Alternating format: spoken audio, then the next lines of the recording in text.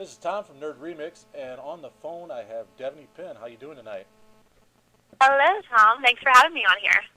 No problem. Okay, basically in my best of 2010, you were right behind Debbie Rochon for Song of the Shattered. But, Yeah. just blame Debbie for making a movie last year, or probably 5,000 movies, who knows?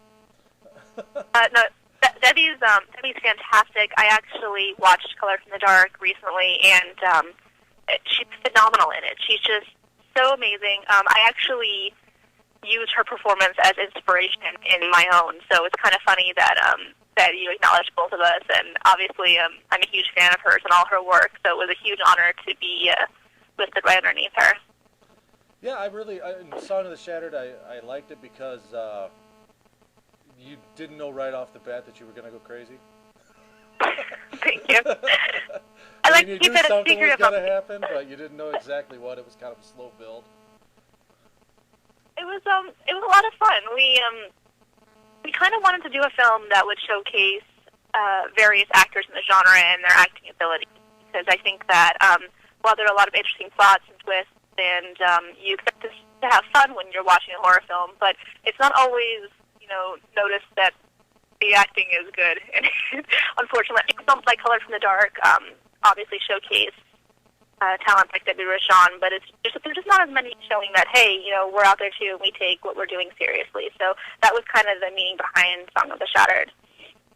Well, it's so nice seeing independent film people making something that's not a zombie comedy for a change. I mean, I was just talking the other day, or like 2 weeks ago, how I'm getting sick of the zombie comedies, and then I just recently saw a couple good examples, but back to Yeah, I was actually looking on your site too. I noticed. I mean, I'm not a huge zombie fan, but I do appreciate it, and they're fun. And I think that there's a lot of certain types that are fun, but what me and some of the people that I continually work with are trying to do is to break out of the norm, to shed light on new elements, to really showcase the talent that is within the genre that maybe isn't getting the voice that they need. So we're trying to do stuff that's a little bit different, it's a little bit in your face, and not quite what you expect when you pop in the DVD. Well, I know that the two movies I've seen you in, 15 Till Midnight and Song of the Shattered, aren't traditional horror movies in that there's a lot more character development, there's a lot more emotional content involved, as opposed to just a straight-out slasher, somebody goes crazy splatter flick. I mean, and I think, that brings out the best in you guys as performers, too, which really showed on Song of the Shattered. Thank you so much. That's something we're trying to do. I got into horror, and I did a couple other things at first, just to play around within the entertainment industry. And I came back to horror because it's what I really love. Unfortunately, I wasn't getting scripts. I wasn't getting roles that I felt could showcase what I could do and what I think a lot of us can do. And so that was kind of my new direction, and I found several people who are very talented, like Brandon Flagel, who are kind of trying to do the same thing. And I think the reason people are starting to enjoy our films is because when you watch a horror film, you want to feel, you want to get emotional. A horror film is making you jump out of your seat. It evokes emotion out of you. So if you bring that to other layers, it's like you care about the characters more. You care when they get killed. You care when something bad happens to them, and that's when it sticks with you, as opposed to a generalized slasher or a regular horror film where, you're expecting people to die, you're expecting bad things to happen, and you may not really care if it does or it doesn't. I think that what made you so effective in Song of the Shattered is, it's about a person's descent into madness, right? And when you have something like, say, Jack Nicholson in The Shining, you knew right away he was going to go crazy. And there wasn't that emotional factor to it, which I think Stanley Kubrick had more to do with that than Jack Nicholson. But there was, the viewer almost gets emotionally involved in Song of the Shattered. And, you see the gradual thing, and like I said, something's going to happen. You don't know exactly what, and it really builds tension. And like I interviewed Deneen the other night, and I said there was that one scene where it was kind of a flashback to the motel, and between you and her, that just turns the whole tone of the movie around. I think you know what I'm talking. I don't want to, have a bunch of spoilers or anything, but I think you know what I'm talking about, right? Yes, I do. I have to be honest. That was the first time I'd met Deneen, and I'd heard a lot about her at first, and she last minute to replace another actress, and thank God, because she's brilliant. But we just had her out for a couple of days to do a quick few scenes. June, the role she plays, wasn't necessarily that big at first, but I did a scene or two with her, and I was like, this girl is brilliant. I need more of her. The film needs more of her. So for Brandon, I sent him off, like, literally after we shot the first scene with her to develop more of her role, and that scene was one of the outcomes from it. And she and I are big gore fans, so I was like, yes, I wanted to make more of a mainstream film that, even though it's indie, possibly other people could identify with as well, and in particular women, because I'm trying to pull in that audience too. So that's why it's a bit of a drama, but we like our violence and our gore, so that was kind of me and Deneen having fun at our best, and she was fantastic in it. It was a lot of fun to do. Yeah, I asked her if she gets uncomfortable now if she sees you in sporting goods together, but she didn't really say so. Yeah, I thought kind of weird at first. I wanted to ask you about this because I asked her about it. She said she wasn't really around that part of the set too much. But what is up with the refrigerator in Song of the Shattered? The refrigerator? Yeah, there's that scene. I notice shit like this because I'm a geek.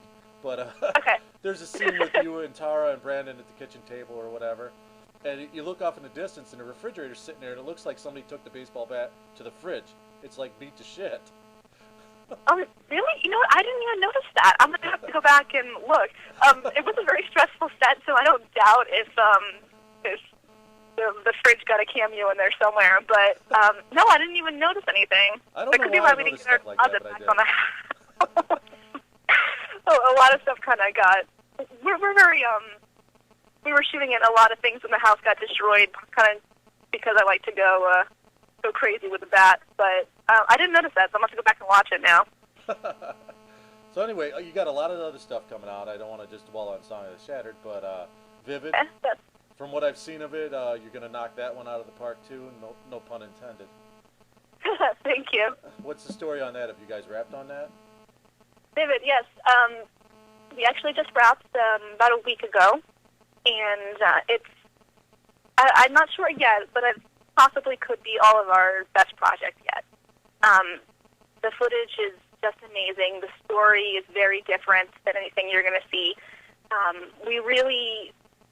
We kind of tested the waters with a few people that we continue to work with in Song of the Shattered, in 15 Till Midnight, and a couple other projects. And then Vivid was, it's my baby. It's the first film that I really got to make from beginning to end. There's a team of us who kind of work together, but for the most part, it was Brandon and I that put our heads together. And he likes really the mind-bending, psychological stuff, and I like a lot of artsy films and intense gore and violence. So we kind of put our heads together, and Vivid is the product of it. And it's very fantasy. It's kind of Inception-ish meets The Cell meets Alice in Wonderland. And I'm very proud of it because we did it for close to no money, and the footage just looked that way, so that's good. And again, it also pulls in a lot of really talented people. Rachel Grubb is our leading lady, and she is just amazing. She's another girl that I worked with on several films, but they haven't gotten completed. They, are in limbo. There's a lot of things where she really hasn't been able to showcase either. And she just moved to LA in time to shoot this, and I had seen something in her, much like with Deneen. I'm like, this girl really needs to showcase a bit. So she does a phenomenal job in her role. Brandon Slagle is creepy, to say the least. They kind of team up in this, and it's very, very good. There's a newcomer, Keith Kraft, who is someone that I ran into on various film sets, and this is his first breakout role, and he's amazing. We have a couple other people like Bill Oberst Jr., who is a veteran to this. He came in and did a little cameo, and Barry Radcliffe, who's been in a million films. Everyone was really, really great. The great thing about this one, which why it was a little bit easier to make than some of the other ones in the past, is people are starting to be really supportive of what we're trying to do and the voice we have and the kind of films we're trying to make. So rather than everyone fighting us on it like in the past and everything going wrong, this one, people were really eager to help and be involved and kind of get the films finished and made and the best they can be. People brought their A game on this. I can't wait to show it to everybody. Well, the trailer looks amazing, and I've seen some footage up from it too. So I mean, I'm really excited to see it just because, like I said, the trailer looks amazing. It's the color and everything else it's almost like I don't know, the first 5 minutes of Suspiria or something like that. But, yes, it really, really is. My favorite thing is that I like to create beautiful images out of disturbing and terrifying material. So that's really the voice that I wanted to have in Vivid and the tone I wanted for it. And Brandon's script and plot is just fantastic. There's twists and turns at every moment, and the entire time it's just gorgeous to watch while all kinds of unimaginable things are happening. And it's I'm very, very excited to see what people say, and I'm extremely proud of it, both in front of the camera and behind it. So. I got a work print a few months ago. I didn't actually go to see it, but and I'm not going to say who I got the work print from. But Piranha 3D, you were in that too, right? Yes, I was. I was one of the wet t-shirt girls on the stage when it went down, and also played about 70 different spring breakers over the course of the film. Oh, with Eli Roth then, right? Yes. Yeah, yes, okay. Eli Roth squirted my chest. You know, I hear you trying to pick up chicks on Facebook, but I can neither confirm nor deny that. But it was an interesting shoot. I honestly had no idea it was going to be anywhere near the size that it ended up being, and none of us did when we were shooting it. I knew they were spending a lot of money. I didn't know what the product was going to be. And actually, when I ended up watching it, they edited it together interesting.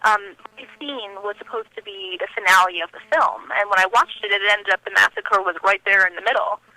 So that was kind of interesting. And they cut out a lot and they rearranged a lot. It ended up being a completely different film than what we originally shot. It was supposed to be very serious and just this big, epic, dark film, and it ended up being, you know, kind of a campy comedy, which I think ended up working for them, luckily, in the long run. Yeah, it was entertaining. Another movie I gotta ask you about because I saw it on your IMDb, and I admit I know nothing about it. Nude Nuns with Big Guns. Yes, Nude Nuns. Again, that's another film that I didn't know was going to be as large as it is now. It actually just jumped way up. It's been getting a lot of attention in the last couple of months. We just had a premiere in LA over the oh my gosh, I guess like 2 months ago now. I can't remember. I was away filming at the time, so I didn't go. But they did a huge event for it. They hired new go-go dancers and fire breathers, all kinds of stuff. It was crazy. But yeah, it just sold in Germany, I think, which is I think it's number 24 on IMDb right now in the world, which is insane. Wow. It was a little film, yeah. I was fans of the people that did it. They did Run Bitch Run, which I thought was hysterical. And so when I heard they were doing their film, I kind of was watching them and talking a little bit about what they were doing. And I didn't go to the auditions for it because I was like, I don't know how to explain to my family and friends and the people at church that I did a film called Nude Nuns with Big Guns. But didn't go for the original auditions, but I got a screener for a movie a couple weeks ago that I reviewed, and it was called The Taint, and it wasn't what I thought it was. Yes. It turns out the water's tainted. That's the taint in the title. So. Yeah, I mean, those guys are great. I'll give them that. They're very talented. They understand marketing. They're geniuses when it comes to that. And the film, what I saw looked beautiful. They shot it on film and had a big budget. And I just made a cameo. They called me right after I was shooting Piranha 3D. They called me and said, "Are you going to be back?" One little spot in there. And so I came and I did kind of a cameo role. And it was fun. I met Bonnie Amber Young on there. Bill Overs, who are both in Vivid, and I'm in another film with Tawny called Cut, which is coming out now, and it's doing really well. I'm getting a lot of fan support from overseas now from it. Cool. I was going to ask you about Cut too. I saw you briefly in the teaser trailer that's out now, and you look completely scary in it. No offense, I mean you do. Yeah. You look crazy scary, but how big of a role do you have in that? Well, that's an interesting question. When we started, I had the leading role. And over the course of shooting, they did it in several sections. The people involved kind of went a different direction with it. And so I'm in less of this one, and they're brewing a sequel where my character is coming back. So I have like a supporting role in it at this point. It's going to be interesting. It was a pretty decent-sized film, and there's a lot of indie talent and genre talent in it as well. I had my first ever with Michael Berryman from The Hills Have Eyes, so that was kind of fun. And we also shot with Kane Hodder, who I adore, and Tony Todd, who I also met for the first time.